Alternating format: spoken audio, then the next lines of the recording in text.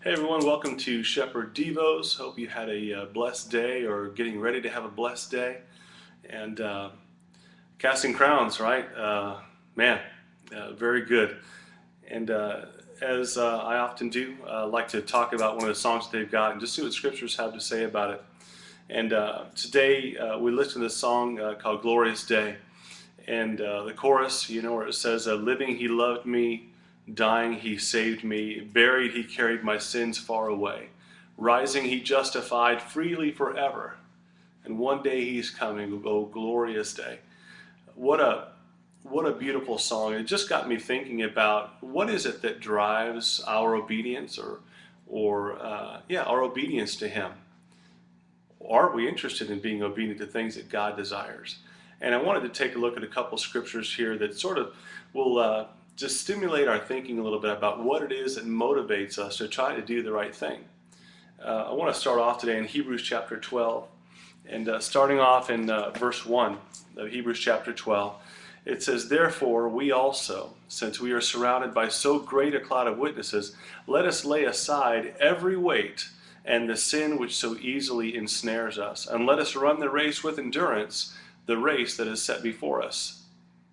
I love verse 2. It says, looking unto Jesus, the author and finisher of our faith, who for the joy that was set before him endured the cross, despising its shame, and has sat down at the right hand of the throne of God. And the things that jump out to me right off the bat in that verse as I think about this, that wow, all of the things that Jesus went through, it says he saw it as joy that was set before him. He saw an end state, an end result. And a lot of that may have been the fact that he knew that what he was accomplishing was creating a way for man to be reunited with God the Father.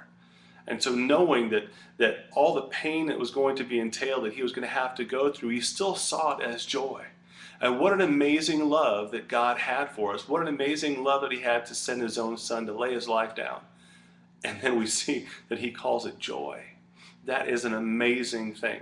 In the first portion of the verse, it says, hey, therefore, because so many were surrounded by this great cloud of witnesses, all the host of heaven, because they're looking at it, says, let's lay aside the sin and all the rest. But the thing I want to key in on is the fact that Jesus saw it as joy that was set before him, the reason that he did what he did. And so we take a look at this, again, we come back to this first question, what is it that drives our faith? What is it that drives our desire to be obedient to God, and are we? Are we driven by guilt? We read the story, we know what Jesus suffered and what Jesus went through. Are we feeling like we need to do the right thing to somehow pay him back? Or are we hoping that in doing the right thing and doing religious works and not cussing and not doing whatever else, that we're improving our position before God? Then maybe he will find us more acceptable?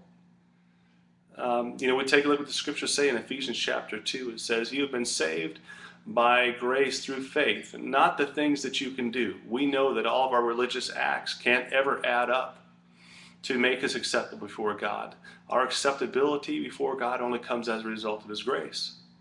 We also see, though, in the book of James, chapter 2, verse 26, it says that, but having that kind of faith, but with no works, meaning faith without any actions, is dead.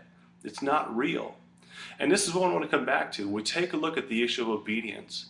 I think the best thing is that our obedience should be driven by our gratitude to the Lord, not to pay him back, not because we think it's improving our position, but we take a look at what he has done and know that he saw the suffering that he was going to go through. He viewed it as joy because of what it was going to accomplish for you and for me. We accepted Christ as Lord. He's forgiven us of our sin. He knew that that was going to create an opportunity for us to be reunited with God. And when I consider that, I'm thinking, wow, Lord, I want to do what you want me to do, to bless you, because I want you to know that I appreciate all that you accomplished for me. And God, I stand before you knowing that when I get to heaven, it won't be because I've been able to be so good. But I want to be good because I believe that it will please the Lord. Amen. Are you getting that today? And so step back, take a look. What is driving me? What's driving my faith? What's driving my religion? And come to that place of saying, God, allow the thing that drives me to be pure gratitude for all the things that you have done. You know what? And then we can live with joy of our own, because we know that as we go through and we do the things that bless God and show the world what He really looks like, that we are pleasing the heart of the Father. And in that place, again, here we go. We also know that God's desire and God's ability to bless us is going to be increased as we find our obedience that is being driven by love is increasing in our life. So think about that today. Hebrews chapter 2, verses 1 and 2. I hope you have a blessed day. As always, I want to encourage you to get to church this weekend, and we will catch up to you guys next time. God bless.